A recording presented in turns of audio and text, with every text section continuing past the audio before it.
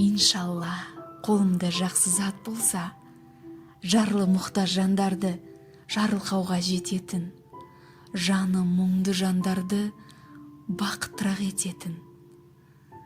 Таразыға тартылмас өлшенбейтін өлшеммен, табиғаттың өзіндей тегін сыйлық берсем мен. Жаны жақсы жандарға жастайымнан көп сенген, құрма ағашы сияқты жемісімді төксем мен.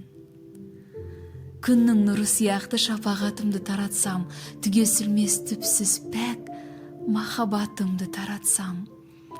Балалыққа менің де кеткен еді мол есем, балалардың барлығын мейірімге бөлесем. Ептілерге ұқсамай, тең құрбыны дос көрсем, ең ақылды патшадай ел бірлігін ескерсем. Алақаным жабылмай, атым тайдай мырза боп, ағайын дос мақтансам, мәрт көңілге ырза боп. Әзиз халқым көбейіп, уайымымды азайтсам, заманынан озатын заты гауһар сөз айтсам.